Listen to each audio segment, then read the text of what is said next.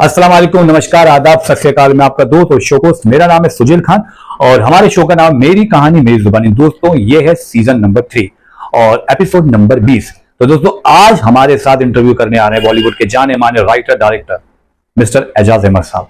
एजाज साहब के बारे में थोड़ा सा मैं आप लोगों को बता दूं। सबसे बड़ी बात कि एजाज साहब कभी भी इंटरव्यू नहीं देते हैं, बहुत शाय और बहुत शर्मीले किस्म के, या यूं कह लीजिए बहुत कम बोलते हैं, क्योंकि काबिलियत उनके अंदर इतनी है कि मैंने उनके साथ 3 साल एक शो किया, उसका नाम था शक्ति, उसमें इंस्पेक्टर था, उसमें ईपी थे, एग्जीक्यूटिव प्रोड्यूसर।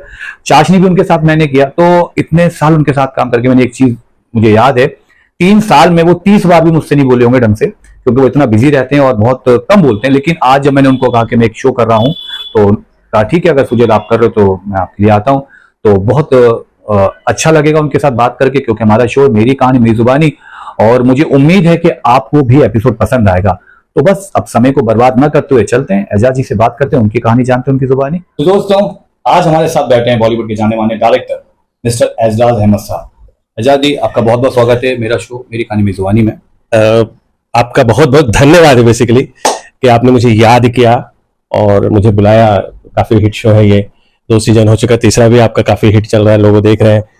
तो मेरी दिली इच्छा थी कि मैं आपके साथ इंटरव्यू करूं, मैं भी अपने बारे में आपसे शेयर करूं। हमारी तो अच्छा थी कि आपके साथ हम समुद्र किनारे जाते हैं, तो इजीली प्रॉब्लम हो गया, कोई बात नहीं। तो दोस्तों, हम बताएं कि इससे पहले हम यही एपिसोड शूट कर रहे थे समुद्र किनारे, लेकिन कुछ प्रॉब्लम हुई, टेक्निकल प्रॉब्लम हुई, तो उसके लिए हम इसको नहीं कर पाए। खैर, तो एजाज भाई, जैसे सब जानते हैं कि आप कहाँ के रहने वाले, लेकिन फिर भी हम लोग जानना चाहते हैं, चैनल पे हमारे जो नए लोग जुड़े हैं वो जरूर जरूर जरूर जरूर। आप कहाँ के रहने वाले हैं? जी, मेरी पैदाइश तो पटना की है, लेकिन पढ़ाई लिखाई बोकारो स्टील सिटी, ये अभी झारखंड हो गया है, वहाँ पे है हुई हमारी। मेरे पापा जो है डॉक्टर थे, फिजिशियन थे। और कॉलेज लाइफ में जब शुरू हुई तो फिर एक फिल्म में एक्टिंग और एक्टिंग का सपोज किया एक तरह से मेरे अंदर जागा, और मैंने वहाँ थिएटर ज्वाइन किया। इप्टा से जुड़ा। वहाँ 92-93 की बात है, उस जमाने में 10वां राज्य सम्मेलन हुआ था इप्टा का। तो उसमें ओमपुरी साहब, अपने एक हंगल, अंजन श्रीवास्तव, ये लोग आए हुए थे। तो उनसे मिलने का, उनके साथ उनकी बातें सुनने का एकदम लाइव हमें वो एक्सपीरियंस हुआ। और कहते एक तरह से बूस्टअप मिला एक कि नहीं, मुझे भी करना है, फिल्म लाइन में जाना है, और मुझे भी। और फिर अपनी पढ़ाई खत्म करने के बाद मैं बॉम्बे आ गया, 94 में ही आ गया। 94 में मुंबई। तो मुंबई आने के बाद मुंबई में जैसे सारे लोगों ने स्ट्रगल किया, तो आपने भी स्ट्रगल किया? हाँ, स्ट्रगल तो मतलब हर किसी के साथ है, मतलब हर बड़े लोगों ने किया, जो भी कहा, जिसने भी कामयाबी हासिल की वो उन्होंने स्ट्रगल तो किया है। अच्छा, तो आप मुंबई आए थे तो एज अ एक्टर या डायरेक्शन के लिए? नहीं, शुरुआत तो मेरी वो एक्टिंग वाली कीड़ा थी, जिसको वजह से मैं बॉम्बे आया, पर बात नहीं बनी। तो फिर मैंने सोचा कि मुझे क्रिएटिव में ही काम करना है, मतलब सेट पे ही रहूं। कुछ लोगों ने कहा प्रोडक्शन कर लो, ये कर लो, मैंने प्रोडक्शन, तो फिर बाहर घूमने वाली बात हो गई, फिर हम वो फील्ड से, तो मैंने डायरेक्शन चुना।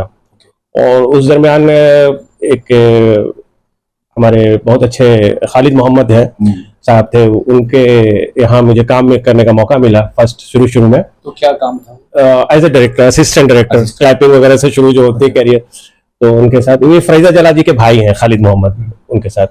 फिर उसके बाद अपराजिता सीरियल किया। फिर हमें एक बहुत अच्छे डायरेक्टर मिल गए उस समय के, समझिए सुभाष घई माने जाते थे टीवी इंडस्ट्री के, सुहेल ततारी साहब।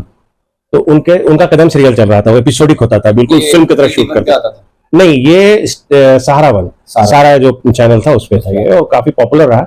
दिव्या दत्ता वगैरह उनके मेन लीड क्या करती थी, और काफी। आपने एक्टिंग भी की किसी शोज वगैरह फिल्म में? नहीं, शुरू में हमें एक्टिंग का मौका नहीं मिला, लेकिन जब मैं कहते ना असिस्टेंट है तो ये रोल कर लो, अब तो काम करने का रहता था दिल, तो कभी ये रोल कभी वो रोल, छोटे मोटे 1-2 सीन्स जो आते थे, कहीं ना कहीं हाँ वो नहीं, उस जमाने में जो मतलब कई कैरेक्टर मैंने किए, लेकिन डायरेक्शन करते करते। अच्छा, आपने रश्मि शर्मा जी के साथ भी काम किया है? जी हाँ, मैंने एज ए ईपी किया, काफी किया मैंने। और बीच बीच में चूंकि करना तो डायरेक्शन था, इसलिए जो है लेकिन बात नहीं बनी, थोड़ा सा फाइनेंशियल प्रॉब्लम हुआ, तो एज ए ईपी भी मैंने अपनी काम शुरू किया। चलो, मैंने एजाज भाई के साथ 3 साल तकरीबन शक्ति किया है एज एक्टर, मैं इसमें इंस्पेक्टर था, ईपी थे। मैंने बहुत सारे ईपीस मैंने उनके साथ काम किया, लेकिन ये उनमें से एक अलग ही हैं, शख्सियत हैं। बहुत कम बोलते हैं, बहुत कम जवाब देते हैं, बहुत कम बात करते हैं। इंटरव्यू मुझे लगता है कि लाइफ का पहली बार कर रहे हैं। जी जरूर, कहने पे मैंने फोर्स किया, इतना रिक्वेस्ट किया, तब जाके आए और इंटरव्यू के लिए माने। तो ईपी की जो जॉब होती है और एक डायरेक्शन, इसमें फर्क? देखिए पहले ईपी जो था वो डायरेक्शन का एक हिस्सा था। ईपी की प्लानिंग करता, जो भी शेड्यूल और ये सब। तो ये हम जब एसोसिएट लेवल पे काम करते थे तो ये काम कर चुके थे, मतलब वो एक्सपीरियंस हमारा था। बाद में चूंकि वर्कलोड इतना बढ़ गया और इंडस्ट्री में थोड़ा सा ये हो गया, तो एक उसी एसोसिएट या चीफ असिस्टेंट जो होते थे उनके काम को ही डिवाइड कर दिया गया और एक नाम दे दिया गया ईपी।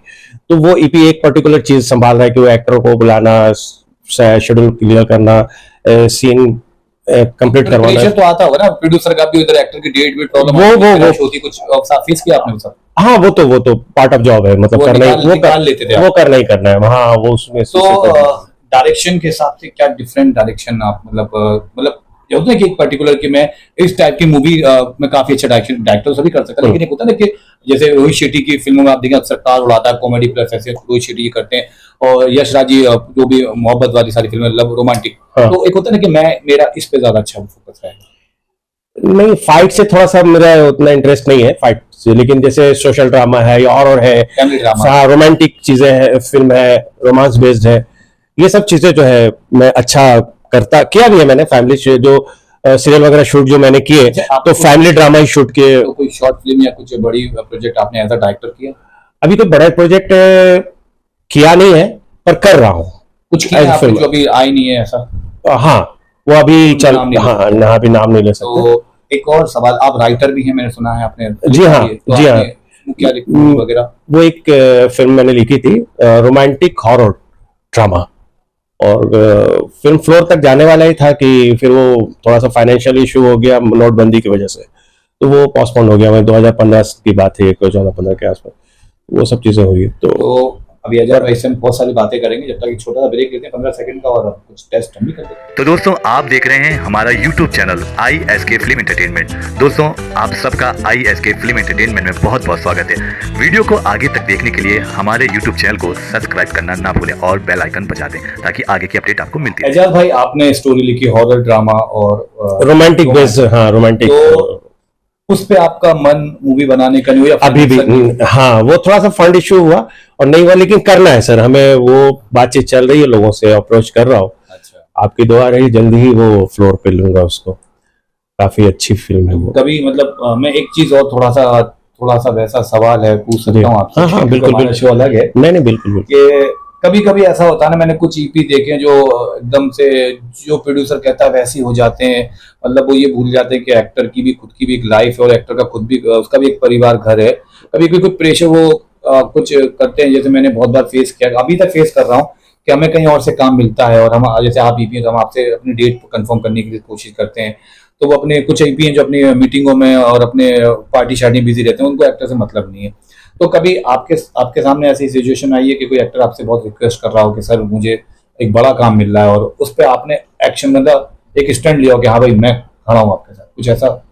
हाँ सर, मिला है मैंने कई। अच्छा, इस फील्ड में ऐसा होता ही है कि एक एक्टर कई जगहों पे काम कर रहे होते हैं और उनको एडजस्टमेंट करना, जेन्युइन एक्टर वो झूठ नहीं, जेन्युइन वाले को हमने, और कई बार ऐसा मौका मिला कि मैंने मदद की है, और या तो हाफ डे बुला लिया या उनके हिसाब से बुला लिया, एडजस्टमेंट वाली बात। जैसे कि मुझे आपने कई बार बोला सुजील जी आधे घंटे में आ जाओ अगर आप फ्री हैं तो क्या, और जैसे कि आपका एक अंदाज बड़ा प्यारा है, सुजील जी कल क्या कर रहे हैं आप? तो कुछ नहीं, तो फिर आ जाओ। तो वो उनको प्लान करने के लिए तो उतना तो करना पड़ता है ना, सामने वाले के भी फ्लेक्सिबिलिटी होनी चाहिए, वो फ्री है। अभी नए काम को लेके आपकी कुछ मीटिंग्स वगैरह हो रही हैं? चल रहा है, बिल्कुल चल रहा है। OTT में आप क्या? जी हाँ, Z5 के लिए एक है प्रोग्राम, वो उस पे बातचीत चल रही, मीटिंग सेटिंग। अब आप सीरियल से थोड़ा सा दूर आना चाहते हैं? थोड़ा सा छोड़ना नहीं चाह रहे? नहीं, छोड़ना नहीं है, काम तो काम है हर जगह, लेकिन थोड़ा सा फिल्म, चूंकि मेरी प्रायोरिटी शुरू से फिल्म थी, और अब OTT पे भी वो, और शुरुआत भी मेरी इत्तेफाक से है, जो हम कदम सीरियल की बात कर रहे हैं, वो एक तरह का फिल्म ही हुआ करता था, मतलब वो एपिसोडिक होता था, उसको पूरी तरह से जैसे फिल्म शूट करते उस तरह से सोहेल जी शूट करते थे, और उनसे काम करना सीखा मैंने। तो वो अंदर से जो करने का जो जज्बा है वो वही है कि हम कुछ क्रिएटिव करें, अच्छा करें, एक बेहतरीन चीज तैयार हो। तो आपके अलावा, आपने पता आपके फादर डॉक्टर जी, तो आपने वो फील्ड नहीं चुनी फादर वाली? नहीं, इसका कोई रीजन नहीं था। जब थोड़ा सा समझ आया तो फिर यही, चूंकि एक्टिंग और फिल्म से थोड़ा प्रभावित हो गया। अच्छा, तो कोई और आप इस फील्ड में नहीं आपके अलावा? नहीं नहीं, मैं सिर्फ अकेला हूँ, अपने पूरे कह सकते हैं पूरे खानदान में अकेला हूँ, अभी तक कोई। और आपके बच्चे वगैरह? मेरी बेटी है, वो इस फील्ड में?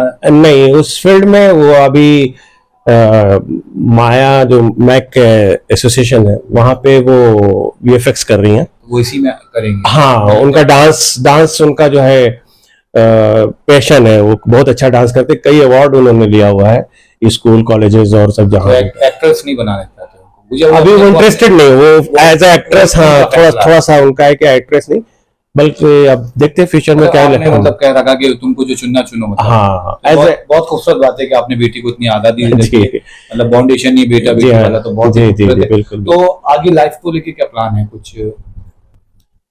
बस सर फिल्म करनी है मेरे, बस एक ही टारगेट है कि फिल्म करो, अच्छा करो, लोगों में एक छाप, एक इम्प्रेशन बने, बस इतनी ही है। प्रोड्यूसर आप पे भरोसा कर सकते हैं कि बिल्कुल, नो डाउट, उनके बजट में अकॉर्डिंग आप काम करके बिल्कुल, क्योंकि मैंने हर तरह से किया हुआ है काम, राइटिंग की हुई है और डायरेक्शन के अलावा आपका ईपी है, तो कंट्रोल करके किसी चीज को कैसे हमें कर लेना है कंट्रोल एनवायरनमेंट में। कितने साल का एक्सपीरियंस हो गया तकरीबन?